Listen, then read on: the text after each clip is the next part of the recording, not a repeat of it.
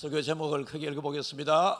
부활의 아침, 부활의 소망으로. 부활이라고 하는 것은 여러분 죽었다가 다시 살아남을 의미하죠.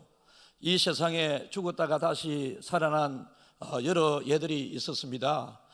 성경에도 나와 있는데요, 나인성 과부의 아들이 죽었습니다. 어머니의 그 슬퍼하는 눈물을 보시고 예수님께서 아들을 다시 살려주었습니다. 마리아의 오빠 나사로가 두 여동생을 남기고 먼저 세상을 떠났습니다. 이 소식을 접한 예수님께서 그 죽어 장사된 바 된 나사로의 무덤에 가서 나사로야 일어나 걸어 나오라라고 주님께서 말씀하실 때에 죽어 장사된 바 된 썩은 냄새가 났던 나사로가 벌떡 살아 나왔습니다. 여러분, 하인 백부장 하인이 세상을 떠나게 되었습니다. 예수님께서 백부장 하인의 그 간절한 믿음을 보시고 그 백부장의 하인을 주님께서 부활시켜 다시 살려 주었습니다. 여러분, 주님께서 하신 이 부활, 생명을 다시 살리는 이 일은 생명의 주인 되신 예수님만이, 하나님만이 하실 수 있는 일입니다. 여러분, 많은 종교들이 있고 종교들을 창시한 마호메트나 스카모니와 같은 사람들이 있습니다. 이들은 거대한 무덤이 있습니다. 거대한 무덤에 많은 그 종교를 믿는 사람들이 순례를 하면서 그들의 삶을 돌아보면서 그들의 삶을 본받기 위하여 애를 씁니다마는 그들은 그 개인 자체들이 죽음으로 무덤 안에 갇힘으로 끝나게 됐습니다마는 우리 예수님께서는 저와 여러분을 위하여 십자가 고난과 죽음을 통해서 구원을 이루는 것과 아울러서 부활을 통해서 구원을 완성해 주셨습니다. 여러분, 성지순례 우리가 하반기에 가실 분은 지원하면 되겠습니다만은 여러분, 예루살렘에 가게 되면 예수님의 두 무덤이 있는데 가톨릭에서 기념하는 예수님의 무덤이 있고 우리 기독교 개신교가 주장하는 또 무덤이 있습니다. 여러분, 이 두 무덤이 있지만은 공통점들은 무덤이 비어 있다라고 하는 것입니다. 왜요? 예수님께서는 무덤 속에 계속 잠자는 따뜻한 모습으로, 죽은 자의 모습으로 계신 것이 아니라 하나님의 능력으로, 예수 이름의 그 권세로 예수님께서 무덤을 헤치고 살아나셨기 때문에, 그리고 많은 사람들에게 부활의 소식을 전하기 위해서 40여일 동안이나 예수님께서는 살아계신 모습을 보여주시면서 또 손으로 만지어 또 허리를 짚어보게 함으로 부활의 확실성을 증거하셔야 했기 때문에 무덤에 머물러 계실 수 없었습니다. 오늘 예수님께서 저와 여러분을 위하여 사신 우리 기독교만이 가지고 있는 무덤이 없는 부활의 기쁜 날입니다. 여러분, 우리는 겨울에 보면 나뭇가지들이 죽은 것 같이 앙상하고 살아있는가 죽었는가, 그런데 때가 되어 봄이 되게 되면 그 속에서 파릇파릇한 생명이 나오는 것을 바라보면서 와, 새 생명이 솟아나는 봄의 기운이다 라고 그렇게 이야기를 합니다. 부활주일날 되게 되면 교회들마다 기념을 하면서 여러분들이 한번 생각을 해보십시오. 제가 예배 들어오기 전에 다른 교회는 지금 부활 예배를 또 어떻게 드리고 있는가를 쭉 봤는데, 어느 교회에 오늘 부활주일을 맞이해서 우리 교회에서 떡방앗간을 운영하시는 어느 근사님께서 수천 명에 되는 수천 개의 계란을 삶아서 전 성도들에게 부활의 기쁨을 나누고 있습니다. 해마다 그 권사님이 하신다고 말씀을 드렸습니다. 우리 교회도 그런 분들이 몇 사람 나왔으면 좋겠다. 예? 계란이 병아리가 되어서 부화되는 모습을 보면서 부활을 떠올리기도 합니다. 여러분, 그러나 여러분, 예수님의 완전한 부활은 죽은 것 같았던 그 나뭇가지에서 새싹이 돋아나는 것과 같은 그런 부활이 아니고, 여러분, 그 살아있는 계란 속에서 병아리가 새 생명으로 전혀 다른 모습으로 부화되어 나오는 그 정도의 부활의 의미가 아니라 완전하게 죽어가지고 완전하게 장사되었고 그 무덤을 큰 돌로 틀어막았고 무덤을 지키기 위하여 수많은 군인들이 지금 혹시 예수님의 시신을 누가 도적질해 갈까봐 지키고 있던 그런 상황 가운데에서 주님은 부활하셨습니다. 그래서 여러분, 부활을 부인하는 많은 사람들이 누군가가 시신을 훔쳐갔다라고 이야기를 하기도 하고, 예수님이 십자가에서 완전히 죽었 그런 것이 아니라 기절한 모습으로 무덤 속에, 그 당시 무덤은 흙으로 완전히 덮는 무덤이 아니라 돌에 구멍을 파서 그 돌에 구멍에 시신을 넣고 큰 둥근 돌로 굴러서 문을 막아두는 것이었기 때문에 흙으로 완전히 죽은 자가 묻힌 것이 아니라 그냥 동굴 속에 시신이 들어가 있었기 때문에 예수님은 기절한 모습으로 그 속에 들어가서 살아나셨다라고 완전한 주님의 부활을 부인하는 이유를 다양하게 찾고 있습니다. 여러분, 주님의 부활, 사람이 죽었다가 살아나는 일은 의학의 영역이 절대로 아닙니다. 주님께서 죽었다가 살아나신 이 내용은 지적인 영역이, 학문적인 영역이 전혀 아닙니다. 과거의 첨단 시대를 살아가는 이 시대에 과거의 영역이 아무리 발전한다 할지라도 생명을 만들 수도 없고 죽은 생명을 살릴 수도 없는 것을 우리는 다 알고 있습니다. 이것은 오직 영적인 영역으로서 믿음으로 받아들이고 믿게 되게 될 때에 부활이 믿어지게 되는 것이지, 과학으로 증명하고 학문으로 이해하고 해석하고 여러분 이런다고 해서 부활이 사실로 믿어지는 것이 절대 아닌 것입니다. 감사드리는 것은 저와 여러분들은 예수님을 믿기 때문에 부활하신 주님을 본 적이 없지만은 예수님의 부활을 확실하게 믿는 믿음이 우리 속에 들어와 있음이 얼마나 감사한지 모릅니다. 그래서 오늘 주님의 부활하심이 그러면 우리 삶에 어떤 영향으로 미치게 되는가? 부활하신 주님을 확실히 믿는 저와 여러분에게 부활하신 주님은 어떤 모습으로 어떤 은혜를 우리에게 베풀어 주시는가라고 하는 것입니다. 먼저 제가 방금도 말씀드렸지만은 저는 여러 사람을 만나면서 예수님의 이 땅에 오심과 예수님이 우리를 위하여 죽으심까지는 믿어지는데, 대부분의 사람들이, 모든 사람들이 이 땅에 태어나서 죽는 것은 정하여진 이치이기 때문에 예수님이 이 땅에 태어났고 귀한 삶을 사셨고 우리를 위하여 주님께서 죽으셨다고 하는 이 사실은 일상의 모든 사람들이 겪는 과정이기 때문에 믿어지는데, 예수님의 부활을 믿지 못해서 신앙생활을 하지 않은 사람을 저는 여러 사람을 많이 만나게 되었습니다.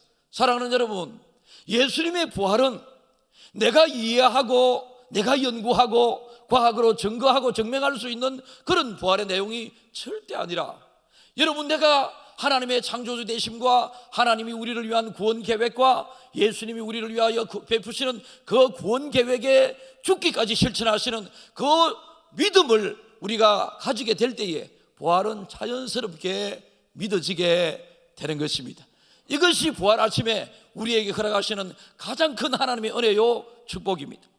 여러분, 이해가 안 되죠? 그런데 주님께서 살아나셨습니다.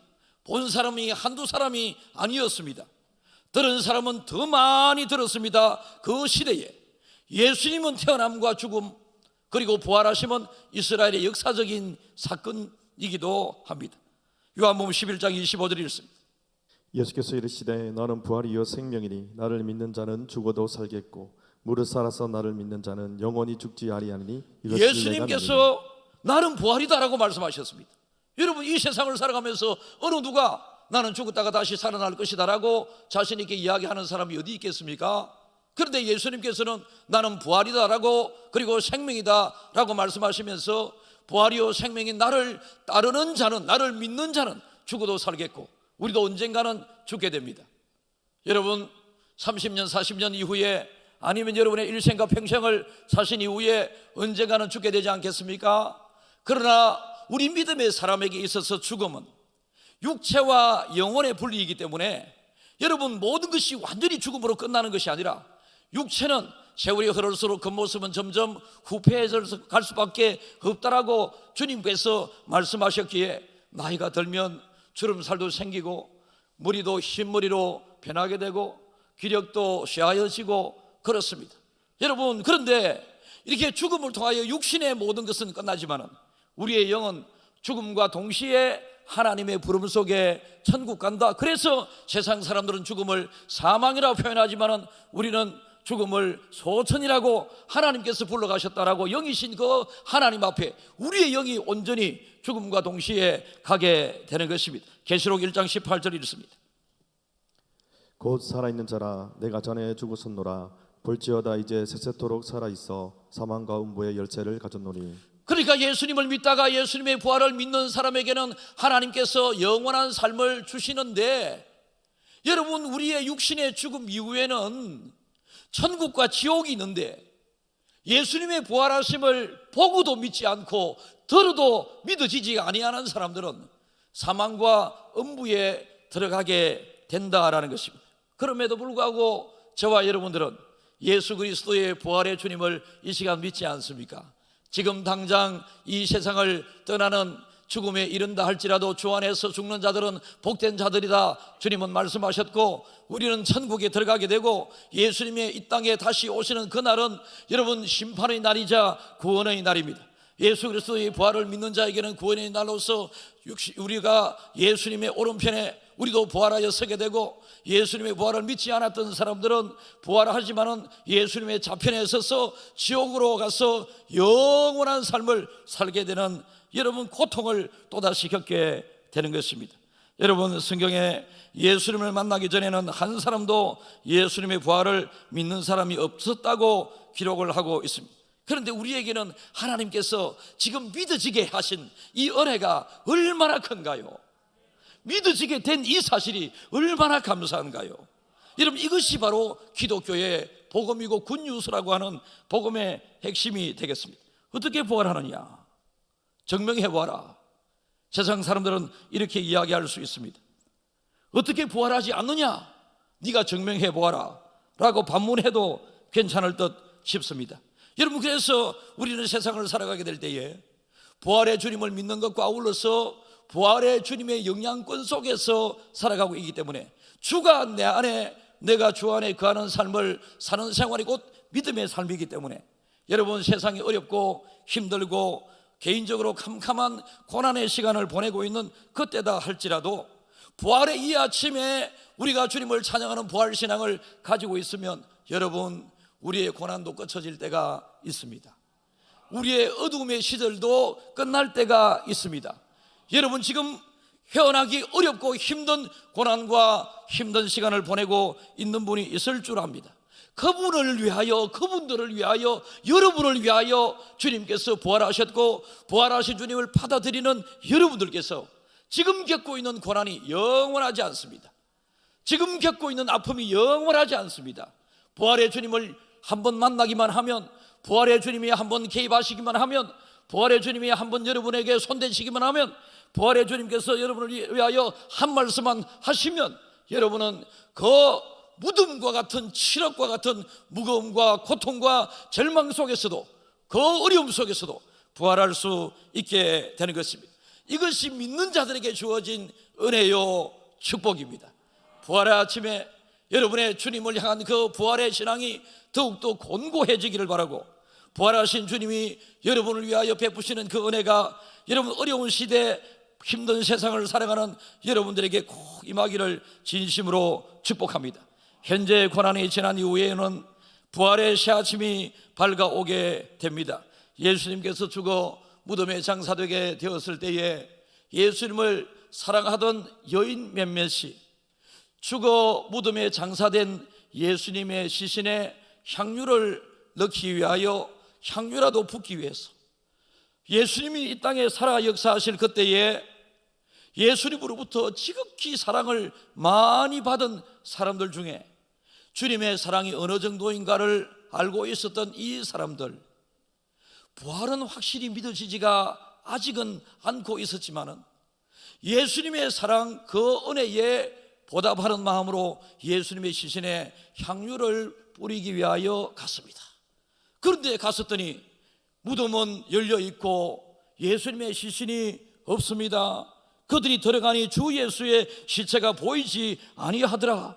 이로 인하여 근심함 때문에, 이로 인하여 근심하게 되는 그런 상황이 되게 되었을 때에 두 사람이 이르되 어찌하여 살아있는 자를 죽은 자 가운데에서 찾느냐. 여러분, 제가 어릴 때만 하더라도 우리 부모님들 세대의 부활주일날 믿음 생활은요, 우리 여성 연세 드신 어른들은 다 흰 한복을 입으셨습니다. 흰 한복을 입으셨고, 우리 남성 성도들은 흰 넥타이를 많이 매곤 했습니다. 그만큼 주님의 부활을 깊이 생각했다는 것입니다. 주님의 부활은 깊이 주님에 대하여 생각하고 묵상하는 그 사람에게 부활의 기쁨은 주님의 부활을 기뻐하고 노래하고 묵상하는 그만큼 비례한 기쁨과 은혜와 감사가 여러분들에게 주어지게 되는 것이지, 주님이 부활하셨다라고 하는 이 단순한 이 자리에 앉아 있는다고 해서 큰 부활의 은혜가 누려지는 것이 아닙니다. 인간의 궁극적인 질문은 삶과 죽음에 관련된 문제입니다. 여러분, 이 인생 중에 그 어느 누구가 삶을 완벽하게 설명하는 자도 없었고 죽음을 극복한 사람도 아무도 없었습니다.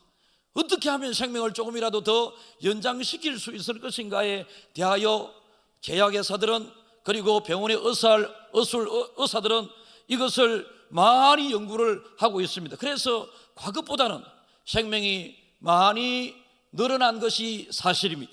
그러나 여러분, 그 모든 것을 연구하는 그 당사자들도 때가 되면 다 죽었습니다. 죽음은 선택의 여지가 없이 모든 사람에게 죽음의 때가 되면 죽음이 찾아오게 되고 죽음을 피할 수 없습니다. 그런데 여러분, 피할 수 없는 육신의 이 죽음이지만은 다시 살아날 수 있는 길이 있다라고 하는 이것을 꼭 기억하셔야 합니다. 한 번 죽음은 영원한 죽음이다라고 세상 사람들은 이야기합니다. 한 번 죽음은 영원한 죽음이 아니라 예수 그리스도를 믿는 믿음 안에서 믿음의 우리들도 예수 그리스도가 부활하신 것과 같이 우리도 때가 되면 부활할 때가 있다. 여러분, 그때는 어떤 모습, 어떤 관계로 부활하여 만나겠습니까? 지금의 미워하는 남편과 만나겠습니까? 지금의 처음 내 마음에 들지 않는 그 사람, 꼴도 싫은 그 사람의 모습으로 부활하겠습니까? 이것이 또 의문이고 숙제인데요, 저는 답을 이렇게 내립니다. 우리가 지금은 이 모습으로 후패해서 나중에 육신이 죽어 장사 지낸 바 되지만은 예수님 오시는 그날에, 재림하시는 그날에 우리가 부활할 때는, 여러분, 지금은 우리는 이 세상에 걸맞는 자의 모습으로 우리는 살아가고 있습니다. 그러나 부활하게 될 그때는 천국을 살아가야 하기 때문에 천국에 걸맞는 모습으로 우리는 새롭게 부활하게 됩니다. 그래서 나는 부활을 했어도 지금과 같이 못난 얼굴이고, 나는 부활을 했어도 우리 신랑, 나는 꼴도 보기 싫은 우리 신랑은 그렇게 부활할 것이다, 그렇게 생각하지 마십시오. 천국에 걸맞는 모습으로 어떻게 생길지는 저는 모르겠지만은 천국에 걸맞는 모습으로 모두 다가 천사와 같은 모습으로, 모두 다가 정말로 밝고 하얀 모습으로 여러분들이 희망과 소망과 감사와 기쁨이 넘치는 그런 모습으로 우리는 부활을 하게 될 것입니다. 사랑하는 성도 여러분, 부활의 믿음으로 어렵고 힘든 세상을 담대히 살아갈 수 있기를 주님의 이름으로 축복합니다. 부활하신 주님께서 여러분의 힘든 것 속에서 부활시켜 주실 것입니다.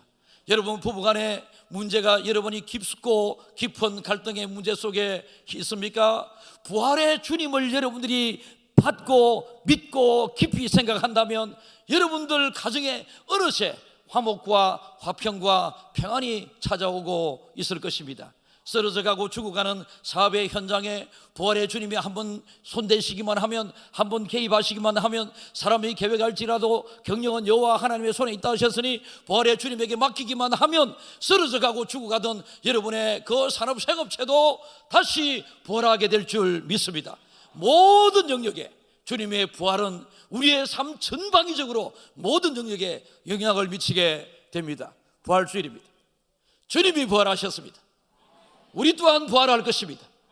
우리의 삶의 영역 전방위적으로 힘들고 좌절되고 어두움에 눌려 갇혀있는 여러분의 삶의 모습이 있다면 부활의 주님을 깊이 묵상함으로 부활의 주님을 통해서 부활의 주님의 은혜로 여러분의 삶의 모든 영역이 희망과 소망으로 바뀌어지게 되는 은혜가 2023년도 부활주일 이날 기점으로 다시 한번 시작되기를 주님의 이름으로 축복합니다.